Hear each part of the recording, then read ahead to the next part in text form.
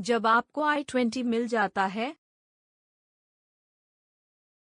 तब से आपकी यूएस वीजा जर्नी का सबसे इम्पोर्टेंट फेज शुरू हो जाता है। अब आपके सामने 2 मेजर स्टेप्स आते हैं जिन पर पूरा वीजा अप्रूवल डिपेंड करता है।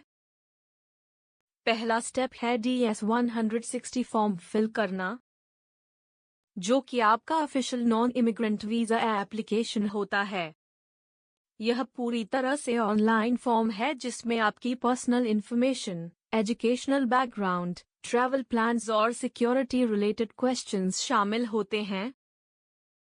यही फॉर्म एम्बेसी में आपकी प्रोफाइल का फाउंडेशन बनता है और उसी के बेसिस पर आपका वीजा डिसीजन भी लिया जाता है। इसलिए इस फॉर्म को एक्यूरेट और ऑनेस्ट तरीके से भरना बहुत ज़रूरी होता है। दूसरा स्टेप होता है वीजा अपॉइंटमेंट शेड्यूल करना, जो आप तभी कर सकते हैं जब आपका DS-160 सक्सेसफुली सबमिट हो चुका हो और आपको उसका कॉन्फर्मेशन पेज और एप्लीकेशन आईडी मिल गया हो। इस आईडी से आप वीजा पोर्टल पर जाकर योर अपॉइंटमेंट डेट्स चेक करते हैं और फिर बायोमेट्रिक, OFC और कॉन्सुलर इंटरव्यू स्लॉट्स बुक करते हैं। इस पूरे प्रोसेस में सबसे ज़्यादा कंफ्यूजन स्टूडेंट्स को DS-160 फॉर्म को लेकर होता है, जैसे कौन सा एड्रेस देना है, ट्रैवल डिटेल्स में क्या लिखना है, सर्विस आईडी कहाँ मेंशन करनी है, या सोशल मीडिया सेक्शन कैसे फिल करना है। इस वीडियो का मेन मकसद यही है कि इन सारे कॉमन डाउट्स को सिंपल लैंग्वेज में क्लियर किया जाए,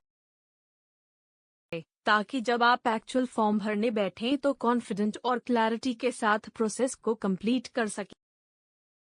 एक्यूरेट DS-160 फॉर्म न सिर्फ आपका इंटरव्यू स्मूथ बनाता है, बल्कि कई बार यह वीजा ऑफिसर के इम्प्रेशन को भी पॉजिटिवली इन्फ्लुएंस करता है। DS-160 फॉर्म भरना एक डिटेल्ड ऑनलाइन प्रोसेस होता है जिसमें आपके पर्सनल, एकेडमिक और ट्रैवल बैकग्राउंड्स की कॉम्प्रिहेंसिव जानकारी मांगी जाती है।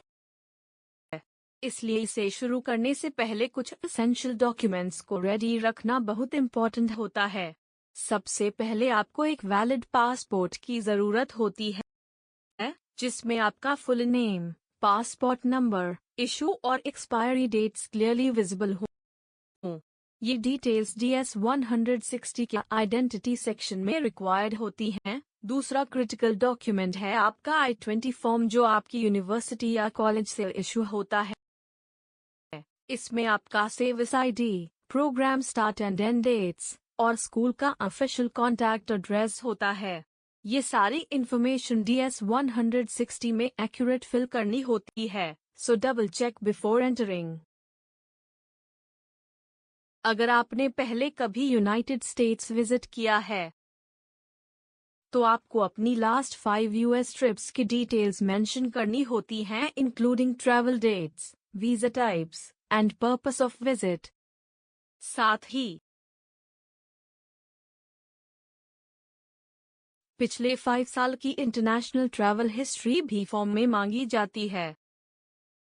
इसलिए अपने पुराने पासपोर्ट स्टैम्प्स या ट्रैवल टिकट्स को रिव्यू करें और एक प्रॉपर टाइमलाइन तैयार रखें।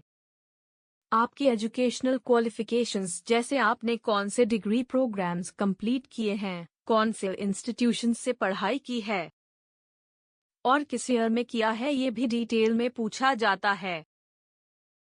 इसके अलावा आपका वर्क एक्सपीरियंस और प्रोफेशनल बैकग्राउंड भी इम्पोर्टेंट होता है। इसलिए एक अपडेटेड रिज्यूम और CV हैंडी रखें जिसमें आपकी job roles, company names, durations और रिस्पॉन्सिबिलिटीज मेंशन हों।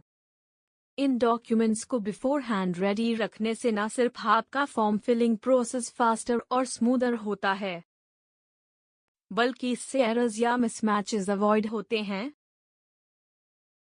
जो वीजा एप्लीकेशन प्रोसेस में डिलेज या रिजेक्शंस का रीजन बन सकते हैं। एक बार जब आपके सारे डॉक्यूमेंट्स ऑर्गेनाइज्ड हों, तो आप कॉन्फिडेंटली DS-160 फॉर्म को कंप्लीट कर सकते हैं विद क्लैरिटी एंड एक्यूरेसी। बहुत से स्टूडेंट्स के मन में ये कॉमन सवाल होता है कि क्या DS-160 फॉर्म को एक ही सिटिंग में पूरा करना ज़रूरी है, या बीच में सेव करके बाद में कंटिन्यू कर सकते हैं? इसका आंसर है यस। आप इस फॉर्म को ड्राफ्ट मोड में सेव कर सकते हैं और बाद में वापस लॉगिन करके वहीं से आगे बढ़ा सकते हैं जहां आपने छोड़ा था। यह फीचर स्पेशली हेल्पफुल होता है जब आपके पास कुछ डॉक्यूमेंट्स टेम्परेरीली अनअवेलेबल हों या आप कुछ सेक्शंस लेटर फिल करना चाहते हों। लेकिन एक इम्पॉर्टेंट पॉइंट ध्यान में रखना जरूरी है, अगर आप 30 दिनों तक अपने सेव्ड फॉर्म को एक्सेस नहीं करते तो आपका ड्राफ्ट ऑटोमेटिकली डिलीट हो सकता है। इसका मतलब है कि आपका अब तक भरा हुआ पूरा डेटा परमानेंटली इरेज हो जाएगा और आपको फिर से नया फॉर्म शुरू करना पड़ेगा। इसलिए हाईली रिकमेंडेड है कि आप अपनी एप्लीकेशन आईडी और सिक्योरिटी क्वेश्चन का एग्जैक्ट आंसर कहीं सेफ और एक्सेसिबल जगह पर लिख कर रखें, चाहे वो डिजिटल नोट हो या हार्ड कॉपी में लिखा हुआ। इन डिटेल्स की मदद से ही आप फ्यूचर में अपने फॉर्म को रीओपन कर पाएंगे। कुछ स्टूडेंट्स अक्सर ये गलती करते हैं कि ब्राउज़र हिस्ट्री या ऑटो सेव्ड पासवर्ड्स पर भरोसा कर लेते हैं, लेकिन DS-160 जैसे सेंसिटिव फॉर्म्स के लिए ऐसा करना रिस्की हो सकता है। अगर आप इंटरनेट कैफे या शेयर कंप्यूटर पर फॉर्म फिल कर रहे हैं तो और भी ज्यादा केयरफुल रहें। अगर कभी आपका इंटरनेट कनेक्शन चला जाए, सेशन एक्सपायर हो जाए या ब्राउज़र में कोई टेक्निकल एरर आ जाए तो घबराने की बिल्कुल ज़रूरत नहीं है। DS-160 फॉर्म को इस तरह डिज़ाइन किया गया है कि हर पेज सबमिट करते ही आपकी एंटर डिटेल्स ऑटोमेटिकली सेव हो जाती हैं। इसका मतलब है कि आप जब दोबारा लॉगिन करेंगे तो फॉर्म वहीं से रीओपन होगा जहां आपने छोड़ा था। ये फीचर स्पेशली हेल्पफुल होता है जब अनएक्सपेक्टेड इंटरप्शंस होते हैं, जैसे सडन डिस्कनेक्शन, ब्राउज़र क्रैश या सिस्टम शटडाउन। जब तक आपने फॉर्म को फाइनल सबमिट नहीं किया है तब तक आप प्रीवियस पेजेस में जाकर एडिटिंग कर सकते हैं और ज़रूरत पड़ने पर कोई भी इंफॉर्मेशन अपडेट कर सकते हैं। इसके अलावा आप चाहे तो फॉर्म को पार्शली भरने के बाद सेव ड्राफ्ट को अपलोड करके भी कंटिन्यू कर सकते हैं, अगर आपने डैट फाइल के रूप में एक लोकल बैकअप सेव किया हो। यह ऑप्शन स्पेशली उन लोगों के लिए काम आता है जो मल्टीपल सेशंस में फॉर्म फिल करना चाहते हैं। लेकिन ध्यान रखें, फाइनल सबमिशन के बाद आप किसी भी फील्ड में चेंजेस नहीं कर सकते। इसलिए फॉर्म भरने के दौरान हर सेक्शन को केयरफुली रिव्यू करें और फाइनल सबमिट करने से पहले पूरा एक बार क्रॉस चेक कर लें। तो चाहे इंटरनेट की दिक्कत हो या सेशन टाइम आउट, आपका डेटा सेफ रहता है और आप फॉर्म को हैसल फ्री तरीके से वहीं से रिज्यूम कर सकते हैं जहां आपने छोड़ा था। बस एप्लीकेशन आईडी और सिक्योरिटी क्रेडेंशियल्स याद होने चाहिए। अब एक और कॉमन कंफ्यूजन जिसे लेकर कई स्टूडेंट्स परेशान रहते हैं, DS-160 फॉर्म में जब आपको अपने कोर्स या प्रोग्राम की डिटेल्स भरनी होती हैं तो आप किस सोर्स से रेफरेंस लें? आपकी यूनिवर्सिटी के वेबसाइट या फिर आपके पास आया हुआ I-20 फॉर्म? इसका सिंपल और क्लियर आंसर है हमेशा I-20 फॉर्म पर दिए गए प्रोग्राम नेम और चिप कोड को ही फॉलो करें। रीजन यह है कि DS-160 फॉर्म के बाद जो वीज़ा इंटरव्यू होगा उसमें वीज़ा ऑफिसर के सामने जो प्राइमरी एकेडमिक डॉक्यूमेंट रहेगा वो आपका I-20 ही होगा। उसी डॉक्यूमेंट पर आपका ऑफिशियल कोर्स नेम और CIP, classification of instructional programs, code लिखा होता है जिसे US इमिग्रेशन सिस्टम यूज करता है to verify your academic purpose. अब कई बार ऐसा हो सकता है कि आपकी यूनिवर्सिटी की वेबसाइट पर कोर्स का नाम थोड़ा जेनेरिक या मार्केटिंग ओरिएंटेड तरीके से लिखा गया हो, जैसे MS in data science and AI, लेकिन I-20 पर उसका एकेडमिक वर्जन लिखा हो जैसे computer and information sciences, general chip code 11.0101। दोनों एक ही प्रोग्राम को रेफर कर सकते हैं, लेकिन वीज़ा फॉर्म में आपको सेम वर्डिंग और कोड डालना होता है जो I-20 पर गिवन है।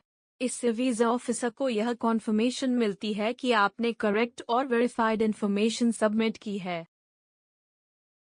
सो डोंट वरी अगर वेबसाइट और I-20 के बीच थोड़ा वर्डिंग मिसमैच हो। वीजा प्रोसेस में EY-20 is the final authority. Website सिर्फ जनरल गाइडेंस देती है, लेकिन DS-160 और सेविस में जो डिटेल्स मैच होनी चाहिए वो हमेशा I-20 के डेटा से होनी चाहिए। अगर आपने DS-160 फॉर्म सबमिट कर दिया है और आपकी कंफर्मेशन पेज खो गई है, तो घबराने की जरूरत नहीं है। आप इसे आसानी से दोबारा प्रिंट कर सकते हैं।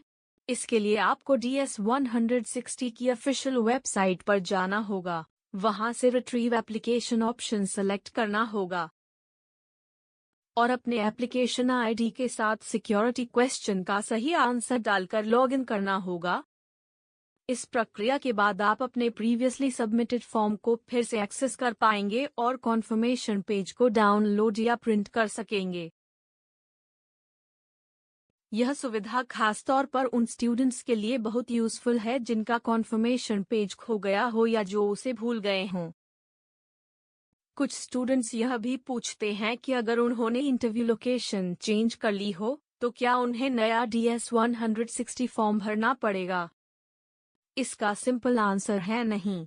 आपका DS-160 फॉर्म ग्लोबली एक्सेसिबल होता है और किसी भी US कॉन्सुलेट या एम्बेसी के लिए वैलिड रहता है। वीजा ऑफिसर आपके पासपोर्ट डिटेल्स या कॉन्फर्मेशन नंबर की मदद से आपका फॉर्म आसानी से एक्सेस कर सकते हैं।